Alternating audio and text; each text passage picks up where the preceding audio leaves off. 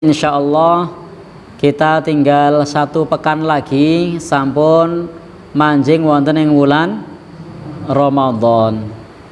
Tinggal 1 pekan. Berarti ini pertemuan terakhir. Pertemuan terakhir sebelum Ramadan. Maka Bapak Ibu ingkang minulya, kula badhe matur, ini hanya sekedar nasihat singkat untuk saya pribadi dan umumnya untuk kita semua. Pertama nggih menika Bapak Ibu ingkang minulya, ketika memasuki bulan Ramadan perlu kita tata hati kita. Manae kedah dipun tata, wadahnya disiapkan. Nggih menika hati kita harus ditata, diikhlaskan karena Allah Subhanahu wa taala. Bapak Ibu ingkang minulya, bagaimanapun juga yang namanya ibadah dalam agama kita itu syarat diterimanya amal wajib ikhlas. Syurutu qabulil amal, syarat diterimanya amal, syarat-syarat diterimanya amal ingkang pertama menika ikhlas krana Allah Subhanahu wa taala, bukan yang lain. Maka pastikan anggen kita ibadah kepada Allah Subhanahu wa taala semata-mata ikhlas krana Allah Subhanahu wa taala. Karena ikhlas itulah yang nanti akan diterima oleh Allah Subhanahu wa taala. Di bab ini tidak boleh tidak harus tujuannya untuk Allah Subhanahu wa taala. Maka Bapak Ibu ingkang minulya, mulai saat ini kita di bulan Ramadan nanti harus kita tata bagaimana caranya menghindari show, tampil. Jadi tidak sepantasnya bagi kita menampilkan ibadah. Kenapa? Karena penting ini di era sosmed, di era sosial media, itu biasanya ibadah sudah sembunyi-sembunyi tapi kemudian show, ditampilkan, dipamerkan lewat sosial media. Alhamdulillah bisa rutin sholat tahajud misalnya kan, seolah-olah informasinya adalah biasa, tetapi ini nyun sewu membuat keikhlasan kita berkurang karena kita kemudian show di situ. Apalagi kalau ada yang komen, itu kemudian membuat kita bangga, keluarganya solih-solih semua ya, ibadah, bisa tahajud. Dijawab alhamdulillah sudah rutin ini 3 tahun, Masya Allah. Tambah berat lagi boten? Ya, tambah berat lagi untuk kemudian kita bisa ikhlas karena kemudian kita tadi ditampilkan di sosial media. Maka bagaimanapun caranya, ketika kita ibadah hindari show, hindari tampil. Ibadah tersebut hindari untuk ditampilkan di halayak umum karena di sana ada banyak fitnah. Maksudnya fitnah di sini ada banyak godaan seperti tadi pujian, kemudian juga membuat kita bangga dengan ibadah yang kita kerjakan. Nah, apalagi di bulan Ramadan saat orang-orang di bulan Ramadan ini fokus untuk beribadah kepada Allah Subhanahu wa taala, kemudian kita pada saat ibadah berusaha untuk menampilkan sholat tarawihnya misalnya. Meskipun kata-katanya sederhana, tetapi ini mencoreng keikhlasan kita. Misalnya, alhamdulillah ini imamnya baru persiapan sholat tarawih. Belum pernah bolong loh. Masya Allah. Seolah-olah informasinya sederhana. Dapat 4 rakaat, buat lagi, bahkan ada yang live streaming. Live streaming sholat tarawih sudah dapat 4 rakaat. Bagi yang mau nitip doa silahkan komen. Masya Allah.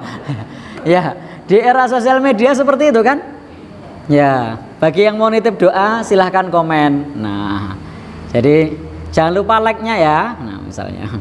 Jadi seolah-olah itu adalah sesuatu yang biasa, tetapi itu bagi keikhlasan itu nyun sewu bahwa memang keikhlasan itu hubungan kita kepada Allah. Yang tahu hanya Allah Subhanahu wa ta'ala, tetapi kita jaga.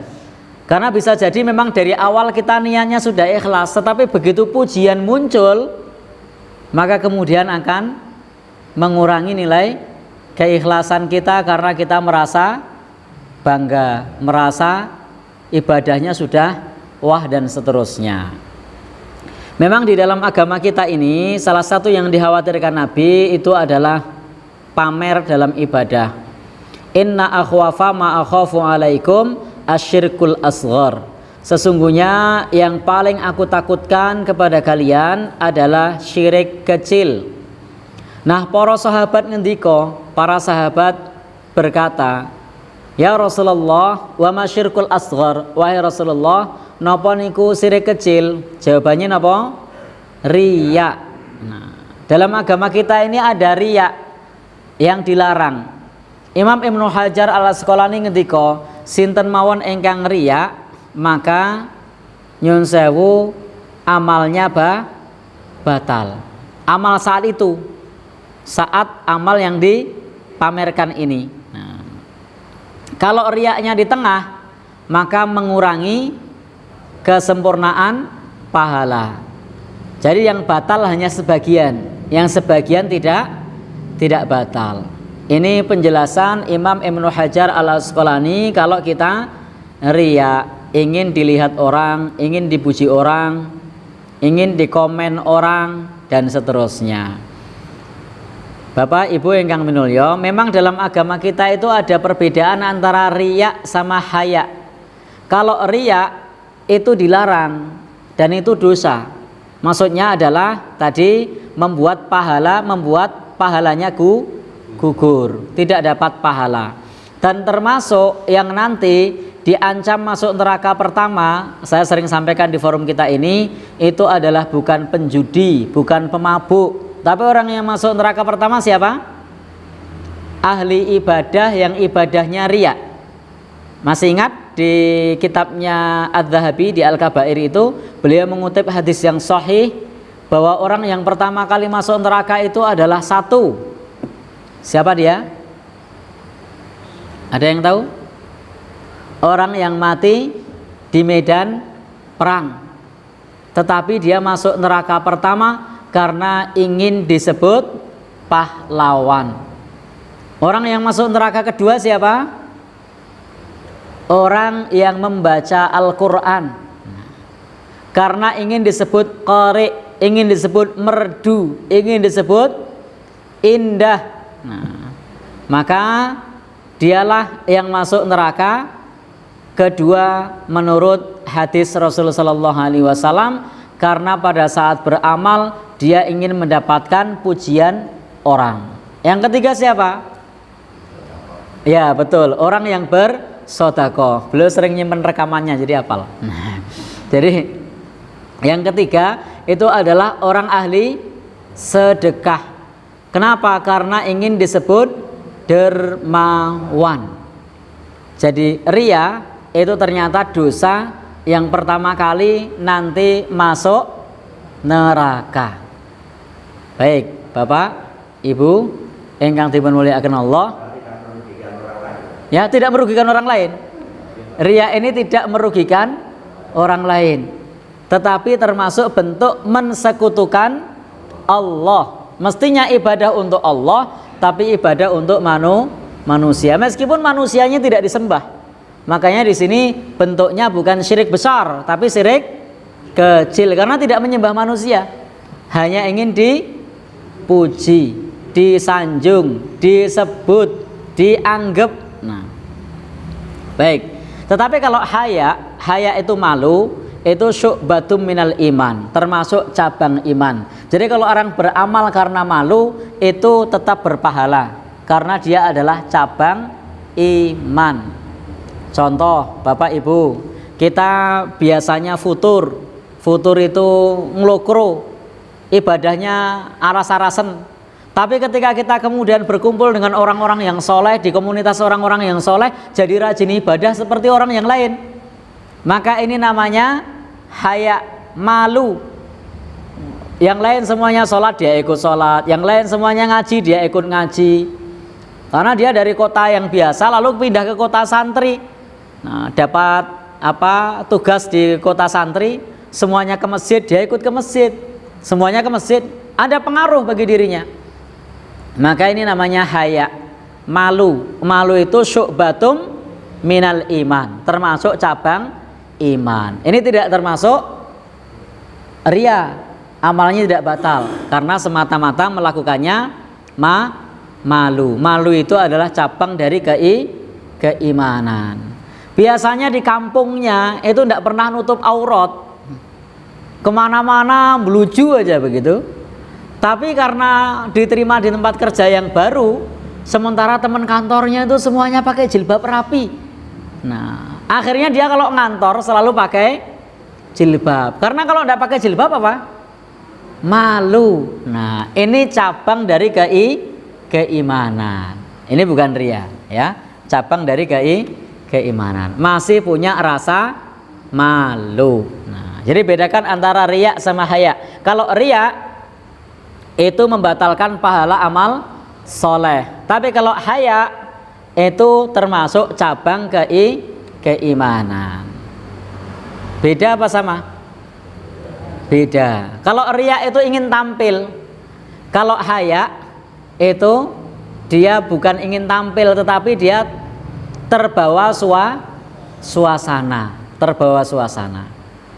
Baik, Bapak, Ibu, ikhwan, akhwat sekalian yang berbahagia yang dirahmati oleh Allah Subhanahu wa taala. Jadi perlu siapkan keikhlasan kita ibadah semata-mata karena Allah, termasuk ikhlas ketika kita menerima bulan Ramadan. Jangan sampai ketika kita di bulan Ramadan kemudian kita ngersulo. Wah le dodol es lagi wae arep payu. Covid lagi wae diolehke sekolah, iso dodol nang sekolahan malah poso.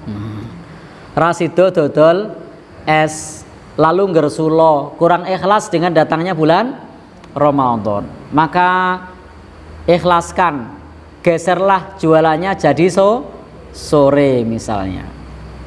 Baik, Bapak, Ibu ingkang dipun mulyakaken Allah Subhanahu wa taala. Yang kedua apa?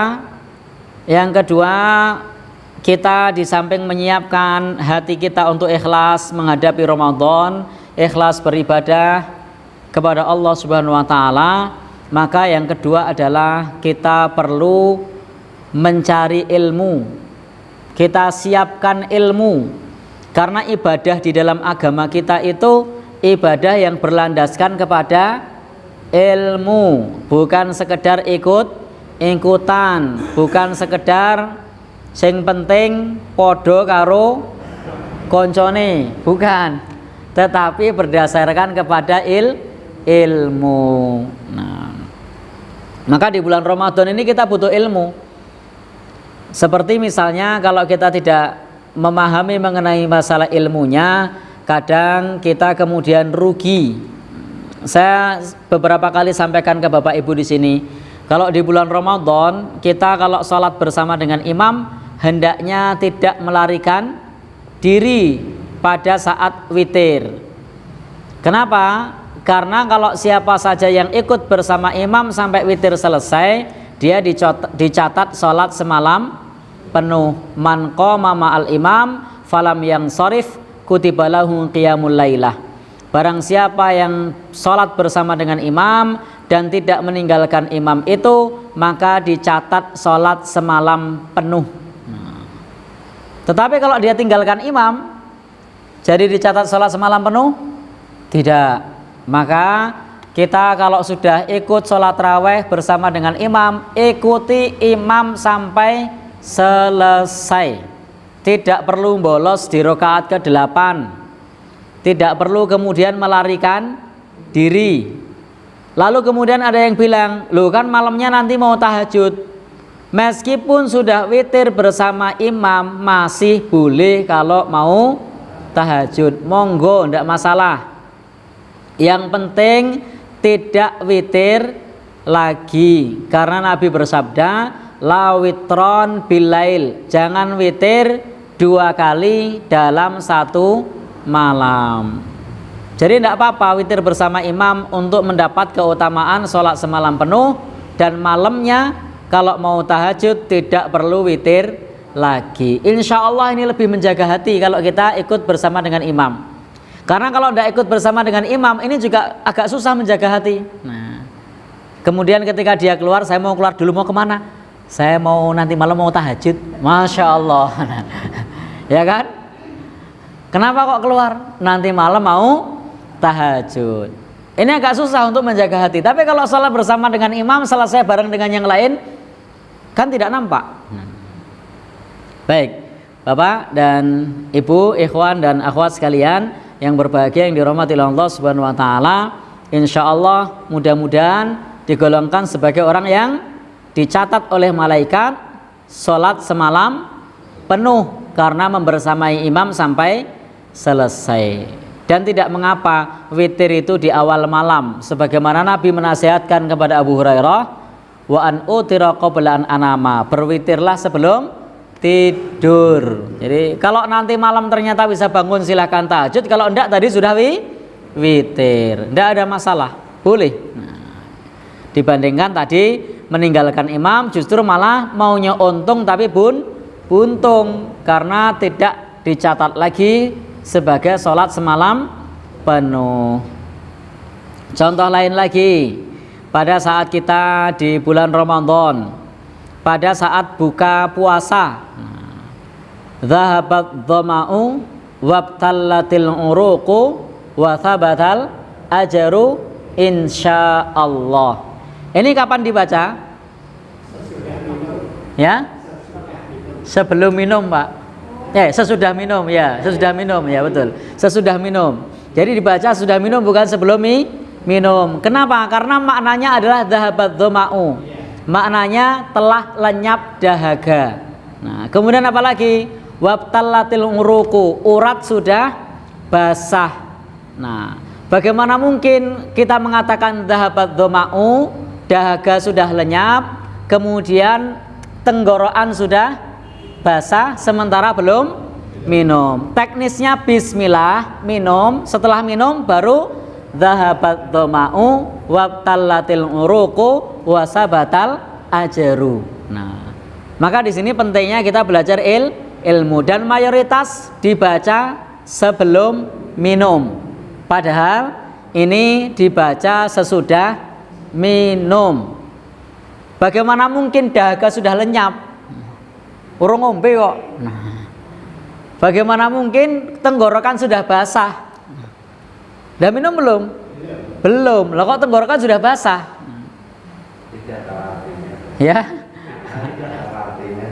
Baik. Maka ini minum dulu, baru kemudian membaca doa ini. Bukan apa? Baca baru minum. Ini tadi yang saya sampaikan, kita perlu mencari ilmu. Datanglah ke majelis taklim, ke kajian para ustadz, para ulama, orang-orang yang mereka memang ahli ilmu di dalam ilmu agama. Monggo. Tadi Ustaz menerangkan masalah amalan dia. Ya. Apa perkara tersebut terbuka oleh ayat walau asrafu lakabita antum maka ya'malun. Baik, terima kasih. Di bab ini ayat tentang lahabita anhum ma kanu ya'malun, niscaya akan batal apa yang mereka kerjakan.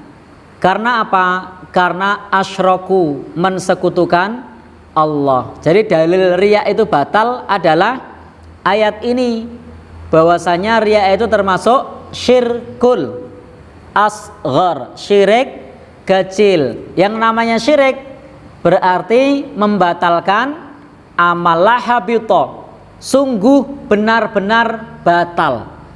Jadi kalau riya itu sungguh benar-benar batal. Apa yang batal? Amalnya. Jadi amalnya benar-benar batal. Ayat lain menyebutkan la in asyrokta layah bautonna amaluka. Kalau kamu syirik maka amalmu batal. Bedanya kalau syirik besar seluruh amal batal. Kalau syirik kecil hanya yang diamalkan saat itu. Baik. Begitu Pak nggih? Jadi pentingnya kita tadi untuk belajar ilmu. Sama juga saya sering sampaikan ke teman-teman, kalau di bulan Ramadan kadang-kadang ada orang yang tidak mau sholat taraweh ketika misalnya pulang kerja kemalaman. Kenapa? Alasannya tidak hafal doanya. Padahal sholat taraweh itu simple, sederhana. Kalau sholatnya kita kerjakan, mau berapa rakaat monggo sesuai dengan kekuatan kita, bisa 11 rakaat atau jumlah rakaat yang lain monggo. Ini sudah sah sebagai sholat taraweh meskipun dikerjakan sendiri di rumah. Tetapi sebagian masyarakat menganggap bahwa sholat taraweh itu ada doa khusus. Asyhadu alla ilaha illallah, astagfirullah, as'alukal jannah, wa a'udzubika minan nar, Allahumma innaka afuun tuhibbul afwa fa'fu anni. Ini bukan doa sholat taraweh. Banyak orang mengira ini doa sholat taraweh. Saya kalau tanya di majelis taklim, ini doa apa Bapak Ibu? Jawabannya doa sholat taraweh. Bukan, ini bukan doa sholat taraweh. Lalu doa apa ini? Ya? Berarti itu kan biasanya karena saya juga itu setelah rakaat itu langsung baca seperti itu. Ya. Oh ya, terima kasih. Ya. Baik. Terima kasih. Jadi ini bukan doa sholat taraweh, ini bukan rangkaian sholat taraweh. Andaikan kita sholat tanpa baca ini, tarawehnya tetap sah. Lah ini doa apa? Ini ada di dua hadis yang digabung jadi satu. Hadis yang pertama di Sahih Ibnu Huzaimah yang menjelaskan bahwasanya untuk membaca syahadat tauhid, perintah dari Nabi untuk membaca istighfar, perintah dari Nabi untuk minta surga, perintah dari Nabi untuk dijauhkan dari api neraka. Lafadznya bukan lafadz Nabi, perintahnya dari Nabi, lafadznya bukan lafadz Nabi. Sehingga kalau Bapak Ibu nanti buka di kitab-kitab hadis tidak akan nemu bunyi doa ini yang asyhadu alla ilaha illallah sampai wa a'udzubika minan nar. Karena perintahnya memang perintah Nabi, tapi lafadznya lafadz ulama. Lafadznya adalah lafadz ulama. Syahadat tauhid, asyhadu alla ilaha illallah. Perbanyak istighfar, astagfirullah. Minta surga, as'alukal jannah, jauh dari api neraka, wa a'udzubika minan nar. Jadi lafadznya dibuat, bukan lafadz dari Nabi, tapi perintahnya memang ada. Nah, ini adalah doa untuk menggapai Lailatul Qadar. Nah, bagian kedua, Allahumma innaka afuun, itu adalah pertanyaan Aisyah kepada Nabi. Jadi Aisyah bertanya kepada Nabi, wahai Rasulullah, apa yang harus saya lakukan? Doa apa yang saya baca untuk menggapai Lailatul Qadar jika saya mendapatkan Lailatul Qadar? Jawaban Nabi, quli, katakanlah, Allahumma innaka afuun tuhibbul afwa fa'fu anni. Nah, ini perintah Nabi untuk menggapai atau ketika menggapai Lailatul Qadar. Sehingga doa ini bukan doa sholat taraweh, tapi doa untuk menggapai Lailatul Qadar bisa dibaca sepanjang malam mulai maghrib sampai subuh. Selagi kita sempat kita baca. Tapi kadang masyarakat menganggap ini doa sholat taraweh. Gimana Pak? Oh bukan, ini bukan rangkaian taraweh. Oh iya betul, masyarakat mengira ini rangkaian sholat taraweh. Oh iya. Jadi itu bisa dibaca setiap saat. Iya, untuk menggapai Lailatul Qadar silahkan. Bar maghrib dibaca, mau isya dibaca, setelah isya dibaca, setelah taraweh dibaca, mau sahur dibaca. Nah, Allahumma innaka afuun tuhibbul afwa fa'fu anni. Bahkan mau berangkat subuhan belum adzan dibaca boleh, karena ini doa menggapai Lailatul Qadar sepanjang malam. Nah, Jadi bukan hanya di sela-sela sholat taraweh. Tapi karena tidak tahu, sehingga kalau misalnya ada imam yang sholat tarawehnya tidak pakai asyhadu alla ilaha illallah, dikira imamnya pelit. Wah, imamnya pelit, ora mimpin donga. Nah, dikira imamnya ndak mau mimpin doa. Bukan, karena memang imamnya paham kalau itu bukan doa sholat taraweh. Ada ndak yang ndak baca itu? Ya, banyak. Masih banyak yang baca, banyak yang ndak. Ya. Jadi ini silahkan diedukasi, dipahamkan bahwa doa ini bukan doa sholat taraweh, tapi doa menggapai Lailatul Qadar. Karena kalau tidak diedukasi, tidak dikasih tahu, dikira dungone sholat taraweh. Nah, jadi banyak mengira begitu. Saya setiap bertanya doa apa ini, jawabannya doa sholat taraweh. Nah, kalau doa witir betul ada dituntunkan Subhanal Malikil Quddus, itu betul dituntunkan. Subuhun Quddus Rabbul Malaikati Warruh, itu memang betul. Tetapi kalau yang doa tadi itu doa menggapai Lailatul Qadar. Baik. Pripun?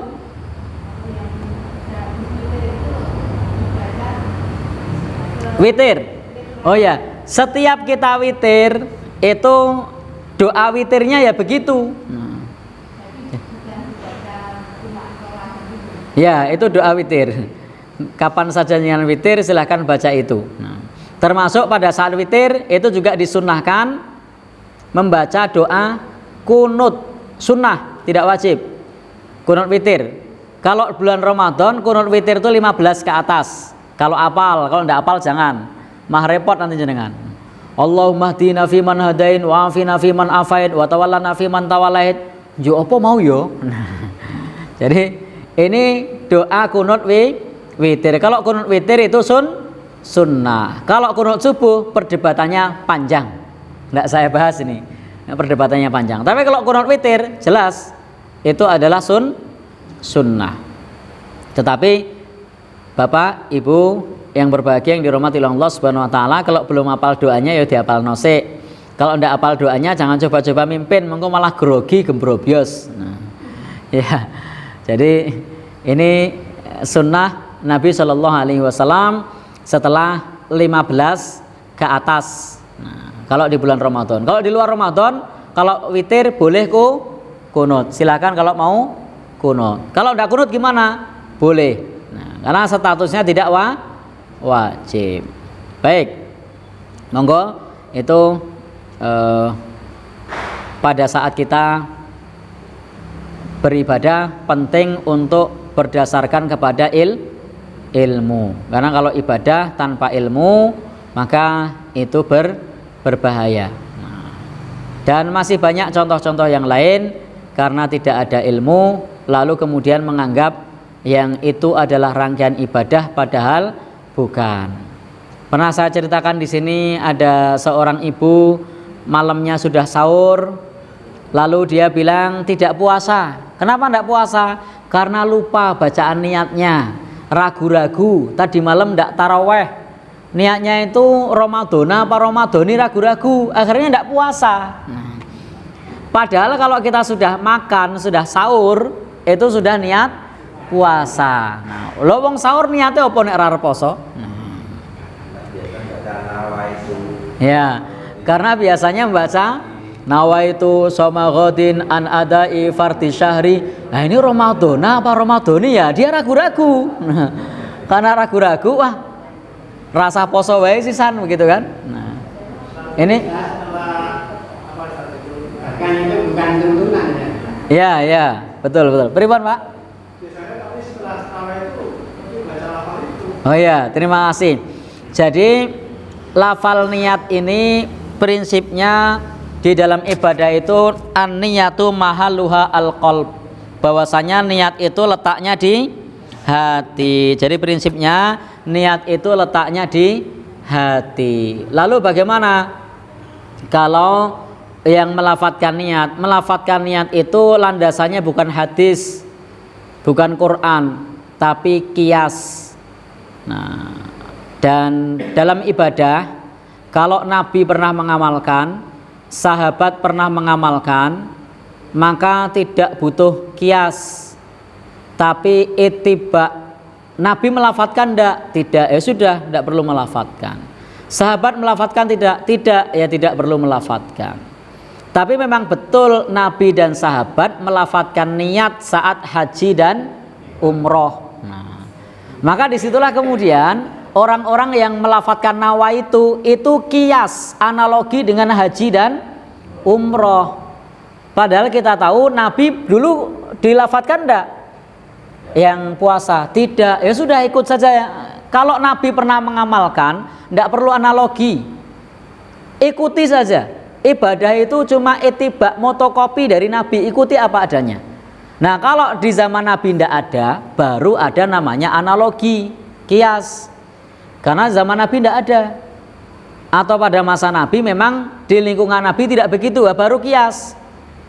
Contoh, mata uang. Dulu mata uang itu dinar dan dirham, emas dan perak, dan itu ada zakatnya. Nah, tabungan ada zakatnya enggak? Ada, maka dikiaskan, dianalogi dengan emas atau perak. Karena zaman Nabi tidak ada uang kertas. Maka baru pakai analogi. Kalau misalnya uang kita masih dinar, masih dirham, lu ngapain analogi? Karena sama. Sekarang puasa kita dengan puasa Nabi sama apa beda? Sama. Lu ngapain kita harus apa? Bikin analogi. Tinggal ngikuti Nabi. Karena Nabi juga puasa, kita juga puasa. Nah, jadi Nabi puasa, kita juga puasa. Maka kita ittiba dengan Nabi Shallallahu Alaihi Wasallam. Beda kalau permasalahan kontemporer, bayi tabung. Cari dalilnya ada enggak? Enggak ada. Disitulah baru analogi, kias. Karena enggak mungkin nemu di Quran atau di hadis Nabi tentang bayi tabung. Apalagi misalnya merokok, ada enggak di zaman Nabi rokok? Enggak ada. Baru di situ kita cari dalil kias, analogi. Narkoba, suntik, zaman Nabi ada enggak? Enggak ada. Baru kita pakai kias. Jadi kalau apa-apa yang di zaman Nabi sudah ada, sudah dikerjakan oleh Nabi dan di lingkungan kita juga ada, praktekkan sama. Tapi kalau di zaman Nabi ada, di lingkungan kita enggak ada, ya sudah, dicari yang sepadan. Contoh, zakat fitri. Zaman Nabi makanan pokoknya apa? Kurma. Lah kita masuk udah suruh kurma, kita kan makannya apa? Beras. Nah, ini baru analogi. Kenapa? Sama-sama makanan pokok. Dan juga masih to'am, sama-sama makanan pokok. Karena Nabi menyebutkan to'am. Beras makanan bukan? Makanan. Kurma makanan. Sama-sama makanan pokok. Karena di zaman Nabi memang pakai kurma, tapi kan kita tidak pakai kurma. Nah, bisa dipahami ya? Sekarang Nabi puasa, tidak makan tidak minum, kita juga puasa tidak makan tidak minum. Maka Nabi tidak melafatkan, kita juga tidak melafatkan. Karena memang kita hanya diminta untuk ittiba, motokopi, ikuti saja. Nah, beda kalau nanti jenengan haji atau umroh, nah lafatkan. Karena pada saat haji atau umroh dituntunkan untuk melafatkan. Allahumma labbaika hajjan, atau Allahumma labbaika umrotan, atau nawaitul hajja, atau nawaitul umroh, dan seterusnya. Bisa dipahami ya? Ya, monggo. Dikarenakan banyaknya amalan yang tidak sesuai dengan keinginan. Nggih. Saya teringat ada ayat di A'udzubillahi minasyaitonir rajim. Al-yauma akmaltu lakum dinakum wa atmamtu alaikum nikmati wa raditu lakum Islam dinan. Luar biasa. Baik, terima kasih. Ini memang syariat itu sudah sempurna. Jadi agama kita ini sudah finish, sudah final, sudah sempurna. Maka ketika haji wada pada saat itu, Allah Subhanahu wa taala menurunkan ayat al-yauma akmaltu lakum dinakum. Hari ini aku sempurnakan bagi kalian agama kalian. Nah, jadi di sini Allah Subhanahu wa taala berfirman bahwasanya sudah disempurnakan. Agama ini sudah sempurna. Maka Allah sudah menyempurnakan nikmatnya kepada Nabi Shallallahu Alaihi Wasallam kepada kita. Wa raditu lakumul Islam madina, dan ridho Islam sebagai agama. Maka karena agama ini sudah sempurna, tidak perlu ditambahi, tidak perlu dikurangi. Amalkan saja sesuai tuntunannya. Baik, yang ketiga, siapkan fisik kita, kenali diri kita untuk tetap menjaga kesehatan selama puasa Ramadan. Yang keempat, kita percepat nggih, sudah bel. Yang keempat, kita siapkan waktu, kita luangkan waktu, karena bulan Ramadan jangan sampai berlalu sementara kita tidak meluangkan waktu untuk ibadah. Kita sudah 11 bulan mencari untuk dunia, kita sudah dari pagi sampai sore mencari untuk dunia, maka untuk saat malam, saat waktu isya, saat taraweh, luangkan waktu untuk ibadah sholat taraweh. Ditutup warungnya sebentar saja, nanti setelah taraweh buka lagi. Ditutup angkringannya sebentar saja, nanti buka lagi. Luangkan waktu. Jangan sampai bulan Ramadan berlalu tanpa berbekas, ibadah kita tidak ada peningkatan. Toh cuma sebentar. Berapa jam? Ada 2 jam enggak? Tidak ada. Berapa jam? Ya, 1 jam ya, paling 1 jam. Nah, jadi tidak usah awal, tidak usah berat, tapi luangkan waktu untuk ibadah kepada Allah Subhanahu wa Ta'ala. Kemudian juga luangkan waktu untuk membaca Al-Quran. Kadang untuk baca WA selo, gue mau Quran selo, gue mau HP selo, gue mau tonggo selo, gue ndelok Ikatan Cinta selo. Nah, gue mau Quran kok iso? Ya, maka luangkan waktu. Nggak usah lama-lama, tapi alokasikan waktu setiap hari rutin. Ya, 1 rukuk boleh, 1 juz alhamdulillah, rasa okeh-okeh. Nanti 5 juz jenengan kesel terus leren. Nggak usah banyak-banyak, yang penting rutin. 1 juz alhamdulillah, nggak bisa setengah nggak apa-apa, 1 rukuk alhamdulillah. Jangan sampai bulan Ramadan Al-Qur'annya tidak pernah disentuh. Baik, Bapak Ibu ingkang minulya, yang berikutnya i'dadul mal, siapkan harta terbaik kita untuk sedekah. Karena Nabi itu kalau bulan Ramadan disifati sebagai ajwadan nas, manusia yang sangat dermawan. Nah, jadi kita itibak kepada Nabi, tidak harus banyak, tetapi sebatas kemampuan kita. Sedikit tidak apa-apa, tapi rutin, sehingga tercatat dan mendapat doa malaikat. Karena setiap pagi ada malaikat yang berdoa untuk orang yang berinfak. Bukan hanya di bulan Ramadan, di bulan lain pun demikian. Allah menurunkan malaikat untuk mendoakan orang yang berinfak, orang yang bersedekah. Berikutnya yang ke-6, siapkan majelis orang-orang yang soleh. Maksud saya bergabung dengan jamaah. Karena kalau kita sendiri itu berat. Baca Quran kalau kita bergabung dengan jamaah, misalnya satu halaman, yang satu baca, yang lain nyimak, itu enteng. Tapi kalau baca sendiri, untuk rong halaman beruwet siar mripate ngene-ngene blek. Nah, maka perlu dibuat bergabung dengan jamaah. Demikian pula tarawih nek sendiri cepet, surate padha wae. Ayat 1 inna atoina, rakaat pertama inna atoina, rakaat kedua inna atoina, rakaat ketiga inna atoina, keempat inna atoina, sujudnya cepet, rukuknya cepet. Kalau jamaah di masjid kan bisa tumak nina, bisa lebih enteng di dalam beribadah kepada Allah. Maka carilah jamaah yang bisa tumak nina dalam ibadah. Ibadah itu bukan kompetisi yang harus saling mendahului. Maka kalau misalnya ada sholat taraweh yang 23 rakaat 7 menit, saya sarankan cari yang lain lah. Saya tidak benci, tidak, tetapi dalam masalah ini saya yakin kita sulit untuk tumak ninah. Kalau mereka bisa tumak ninah, yaitu satu keajaiban. Tapi kalau saya melihat video yang 7 menit 23 rakaat itu njuk piye carane tumak ninah.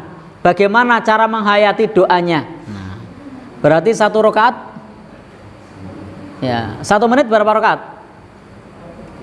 3 lebih ya. 7 kali 3 berapa? 21. Itu 23 loh. Ya? Ya. Jadi 20 detik ya. 1 rakaat. Cepat sekali. Bisa enggak tumanina? Ya? Ya, maka pastikan kita bergabung dengan jamaah untuk bisa tumak ninah, untuk bisa beribadah dengan baik, untuk bisa saling berbagi. Mungkin berbagi hari ini yang sedekah takjil siapa, besok siapa, itu akan terasa lebih enteng. Tapi nek disonggo dhewe kabeh, ya capek. Maka harus bisa kita bergabung dengan majelis orang yang soleh untuk ta'awun, bekerja sama dalam beribadah kepada Allah Subhanahu wa ta'ala. Yang berikutnya, selalu berdoa kepada Allah, minta istiqomah. Allahumma a'inna ala dzikrika wa syukrika wa husna ibadatik. Minta sama Allah agar kita senantiasa berzikir kepada Allah, bersyukur atas nikmat-nikmat Allah, dan memperbaiki ibadah kita kepada Allah. Subhanakallahumma bihamdika asyhadu an la ilaha illa anta astaghfiruka wa atubu ilaik. Wassalamualaikum warahmatullahi wabarakatuh.